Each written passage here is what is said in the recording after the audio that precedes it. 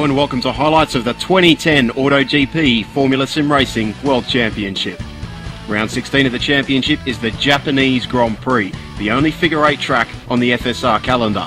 Originally built as a test track for Honda, this is one of the oldest remaining circuits in Formula 1.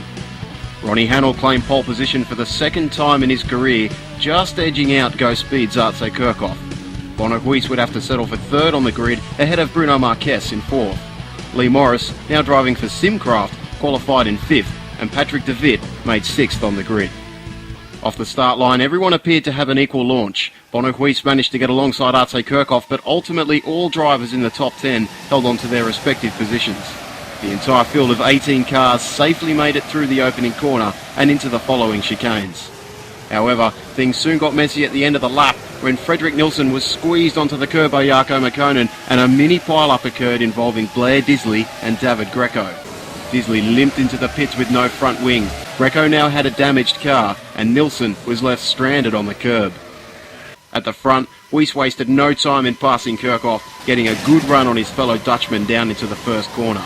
And just behind, Rasmus Tali streamed past Lee Morris to take 6th place, and was then promoted into 5th when Patrick De Witt ran wide through Spoon. Huis soon caught up to Hannell and got close enough to slipstream past his teammate. The Mack Corp duo were the fastest on track, but unlike previous rounds, they were struggling to get away from the cars behind them. On lap 15, Huis, Hannell and Marquez all pitted together, and it became apparent that Kirchhoff and Tali were running on a one-stop strategy.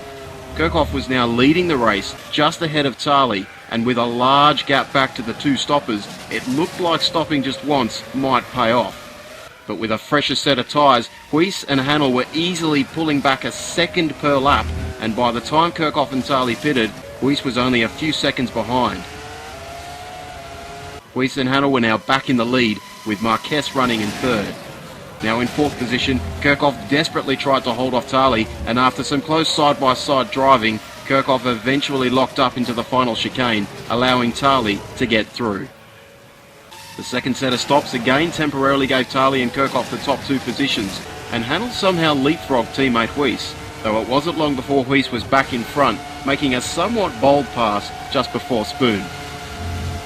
After coming off the track in the opening laps, Mikko Puumalainen had spent most of the race playing catch-up, but his one-stop strategy had worked well for him, and the Finn was now up into 6th position, ahead of Mäkinen in 7th.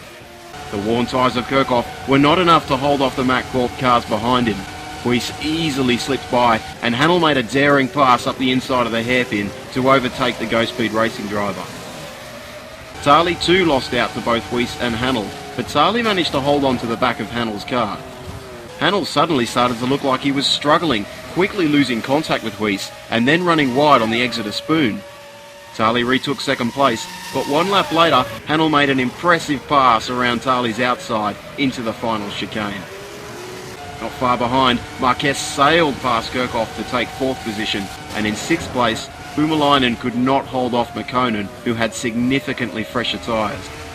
Refusing to give up a fight for second place, and with just 3 laps remaining, Tali again managed to get past Hannell, easily outbraking him on the inside. On the following lap, it was certain that there were no team orders in Japan, as Hannell again attempted an outside pass, but this time both drivers would run side by side through the final chicane, with Hannell ultimately emerging in front after pulling off what was certainly the overtake of the day.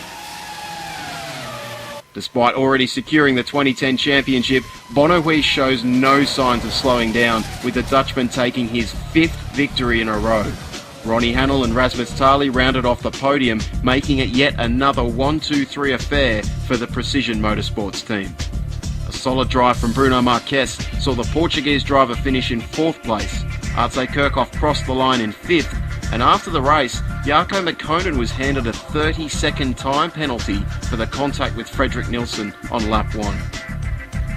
To the championship standings, and with Huis now secure in the top spot, the focus is on the battle for second place between Marquez, Tali and Hannell. Tali managed to take another 3 points out of Marquez's lead, and the gap is now down to just 15 points. Precision are also secure in position 1 in the Constructors, and the battle for second place has become very tight, with Precision taking full advantage of having 4 cars, putting their top 2 drivers into the Mack Corp team.